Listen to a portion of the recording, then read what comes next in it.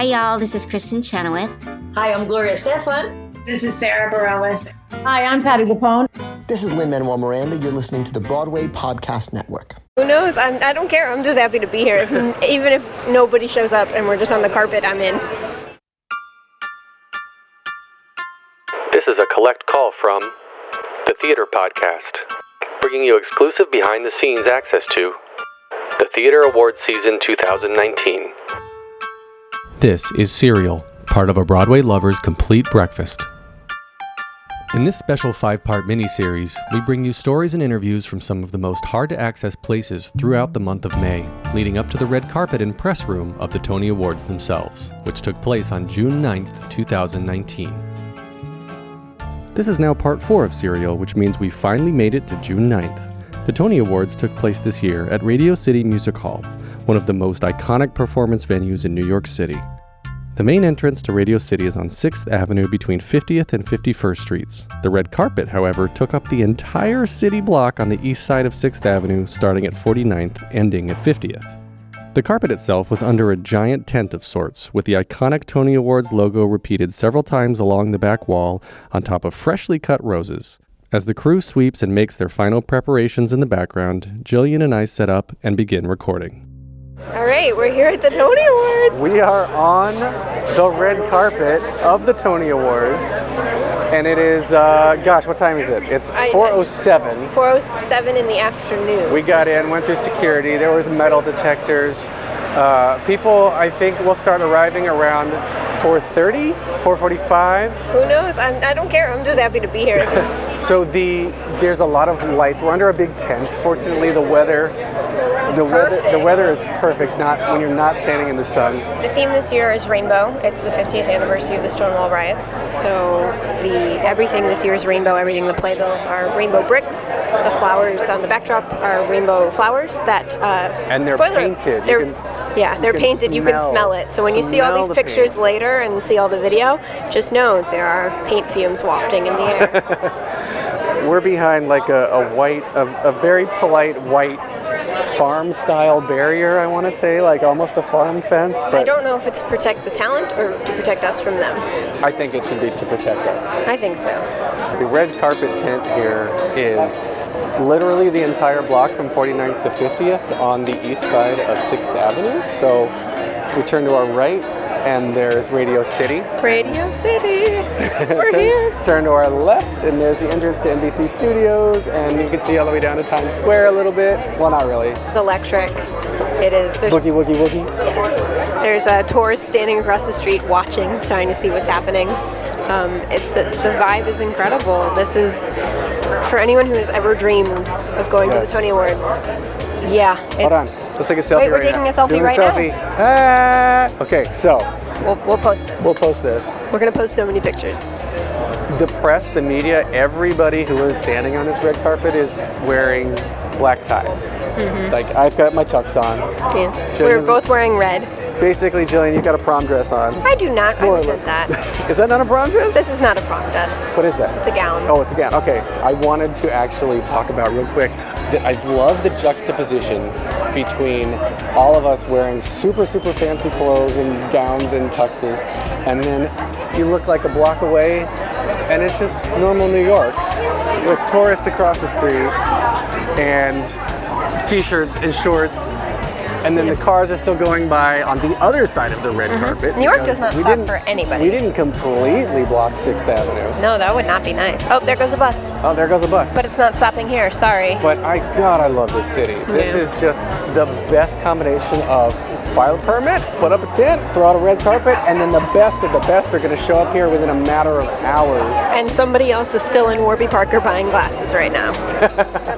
Over the next 35 minutes or so, we gain more neighbors as other media outlets and journalists find their spots around us.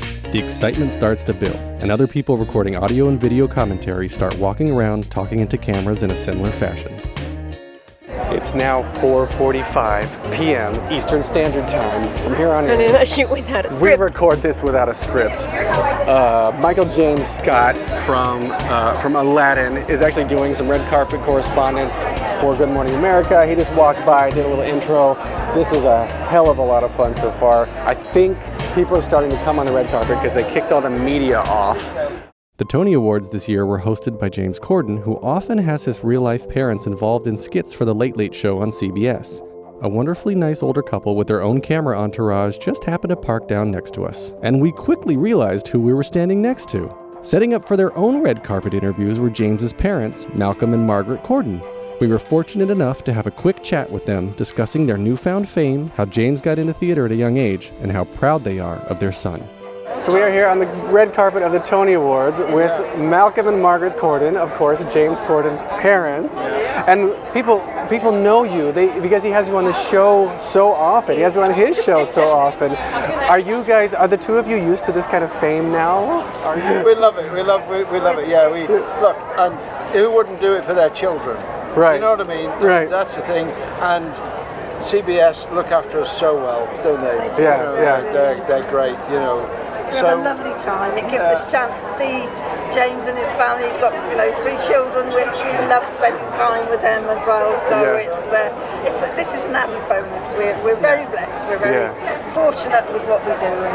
And when he was a kid, did the two of you encourage him to get into theater or performing, or how did that start? Well, it started through church, really. Really? Yeah, he started performing on the church stage, and then he realised he could make people laugh through his antics, and he loved it so much. Then we had a neighbour who was involved with a local youth theatre project. That was his life then, you know what I mean? Yeah. But if I could encourage anyone who wants to do this, we took James for probably when he was, between sort of early teens to late teens.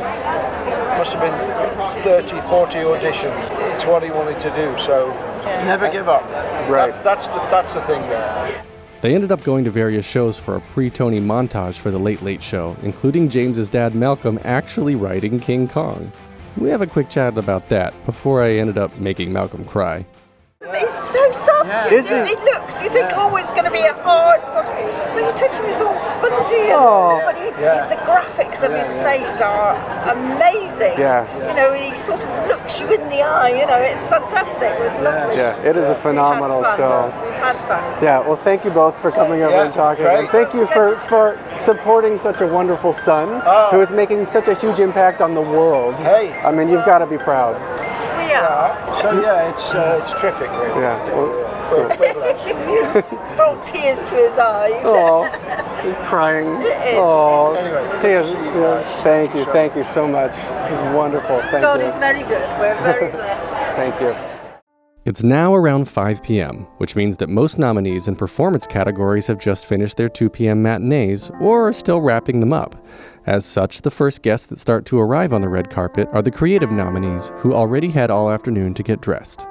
We begin with Mark Kaufman, an executive producer with Warner Brothers Theater Ventures, who's part of the team responsible for bringing Beetlejuice, nominated for Best Musical, to the stage. Tell me what this feels like for you tonight. This is like a dream come true. I was just saying to somebody else that as a kid I used to watch the Tonys, and now I'm on the other side of the television, and especially to be here for Beetlejuice is such an unbelievable honor. I love the show, and I'm really hoping that everybody sees what they're seeing in the theater out there. Next, we spoke to 2 individuals in roles we don't often hear from, producers of another ilk. The kind who are often silent from a creative perspective, but essential to a production because they help bring the money in to make it all happen. Chris and Ashley Clark, who own a company that normally only produces television, speak on why they decided to get involved with Broadway for the first time with Tootsie. As you've probably noticed, almost every time I talk with someone from Tootsie, I bring up the outdated tropes. Robert Horn's script for a start was fantastic. It obviously got better and better and better as he worked on it all the time. But that, and also it was so topical. And so you started on a really high base where that film was 20 years, 30 years ahead of its time, as we know. And now with the Me Too movements and everything that's coming out, how does it speak to you? Well, I think our show is such an ode to women that when you're in the audience, you feel so empowered in a way that is magical. because we're talking about anything that we can do in high heels. We can do the best backwards, forwards, and dancing. And so it's such a beautiful ode to women, and it's a great love story. That's his favorite. He always talks about the love story, and I always talk about the ode to women, and really the way that Dorothy just makes it happen is just, it's powerful. And every woman leaves the show with a oomph in her step. Speaking of Robert Horn, he was next to swing by the microphone. He ended up later winning the Tony Award for Best Book of a Musical for Tootsie. We talked to you at the Drama Desk Awards, yes. And you were... I was nervous and excited, and I'm nervous and excited tonight. Yeah. So is this different for you than any other award show? Is this like the pinnacle of everything? This is the pinnacle. This is the top of the mountain. But you know what's great is that tomorrow morning we get a little hangover, and then we all get up and go on to our next project and work as a community. Yeah. So it's pretty great. Do you, now that Tootsie is open, do you go back and do you fine tune that, and are you always going back? Well, I go back to, you want me to be honest? I go back because I love to hear the audience laugh. It's such like a drug for me. Yeah. Because you work so hard on it, and to hear the audience respond like that, sometimes I'll just go in and stand in the back and listen to them laugh. And I go, and I'm also thinking about now what I want to change for the tour. Continuing with book writers, next is Dominique Morisseau, who was nominated in the same category as Robert Horn for her work creating Ain't Too Proud. When you see the show brought to life now, was it everything you had originally imagined, or is it? It has exceeded my expectations. Yeah. I did not know how to imagine all of this, but it has come together by way of beautiful collaboration with some of my favorite artists to ever work with, and I'm blown away. I'm always blown away when I see them. I'm humbled by this creative team. James Harkness, who plays Paul Williams in Ain't Too Proud, walked the red carpet with his fellow castmates and expressed his love for what he does and who he does it with. I love getting to do this with Derek and Ephraim and Jeremy and Juwan. We get to share it, and it's an incredible thing to be able to do. So it's awesome. Yeah, we were just talking to Dominique, and just talking about how she brought the story to life, and she said you and the other guys just exceeded her expectations. We're talking about bringing the story, putting it on stage. I mean, do you feel this from the audience every night? Like, they're standing ovation every night, and they're like, this is what I want. Yeah, well, you know what I love about it is because she has written an incredibly rich story, and sometimes the simplest line means so much, you know what I mean? And getting to tell this story with these 5 men and the rest of the company, because it really takes all of us, it's incredible, and you definitely feel it back from the audience, and you feel it back every night. Moving on to Hadestown, Bradley King, who will later win the Tony for Best Lighting Design of a Musical, helps put all of this glitz and glamour into a little bit of perspective. We talked to you after your Drama Desk run a week ago exactly. Was that really a week ago? That was now a week ago, and now we're here on the red carpet of the Tony Awards. My, how time flies. Okay. Are you excited for tonight in any sort of different way from last week, or is this? I mean, the stage is a little bit bigger. You know, the OCCs the Drama Desks are great because it's got a little bit of a downtown vibe. You're with your friends. You go out for drinks beforehand. Like, I would be lying if I didn't say like the glitz and the glamour didn't affect or get you a little bit here on this red carpet on 6th Avenue. Yeah. But at the end of the day, it's also just, it's the family from the show, and we're here to celebrate, and no matter what happens.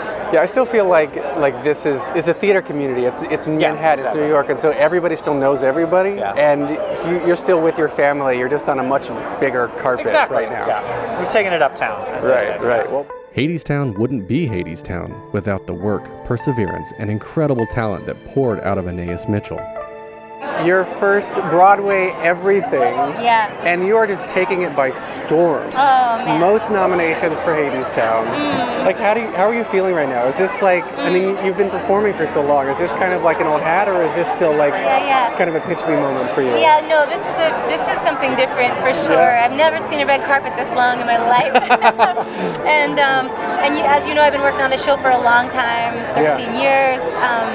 So many different artists have put their hands on it, put their fingerprints on it along the way, and so to have those 14 nominations, it felt like it took a village, and then like a lot of villagers got recognized. I'm so proud to be here with so many of my dear friends and fellow workers on this show, as well as all of the beautiful shows that are up right now. perhaps unsurprisingly to some, based on her work writing and performing music outside of the theater. When asked about her childhood, she said she wasn't the cast recording obsessed kid. But still, she saw some live theater that made a tremendous impact on how she grew up. I don't fit in the category of like the person who listened obsessively to all those soundtracks and stuff, but I did encounter Les Mis at a young age and the Fantastics. My mom took me to see both those shows and they made an impression.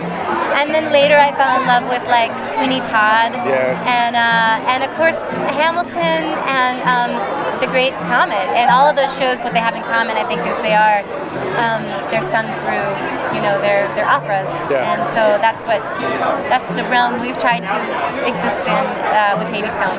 Do you write home to Ani DeFranco and you're like, thank you for helping me with the concept album. Look at where we are. Yeah, Ani came to our opening night, which was so sweet of her. Telling me, Yeah, and I owe a lot to her, not just as a songwriter. She really gave me my first, major opening tour to open up for her when I was on her record label, and her record label put out my early records. And she also believed in this piece before it was what it is now, and she agreed to sing the role of Persephone on that album that we made before any of the other singers were on board. So it really was a leap of faith for her, and I'm so grateful. And as always, here's a great answer to one of the standard closing questions from Clint Ramos, who was nominated in the category of Best Costume Design of a Play for his work on Torch Song, which was also nominated for Best Revival of a Play. So what advice also would you give to your younger self or younger people now who are listening, starting out down a similar path? I would say relax, but work a little harder. And I would say go where the love is. Don't waste your time trying to chase a community or people that don't love you. Go where the love is and stay there. Did you have to do that? Did you have to go and find your love? Yeah, I think that's sort of like, as a young gay man of color, you kind of, there are things that you don't realize about your identity or you don't like about your identity, and you kind of try to stifle that by trying to belong to things that you can't belong in. And so, it took me a little time to actually realize, what, go to your people, and I mean theater people, like go to them. They will coddle you, they will love you, they will support you. That is wonderful. Thanks for listening to episode 4 of Serial, part of the Broadway-Lovers Complete Breakfast.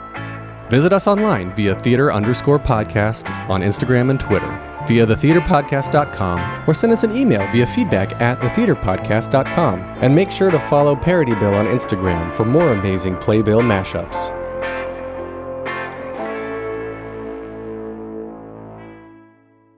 Yeah, I know. When you have pockets, you have to decide what side your stuff goes on. I know. My phone goes on this side. I know. But it's not working. I know. Nothing is working. What? Oh, this isn't on.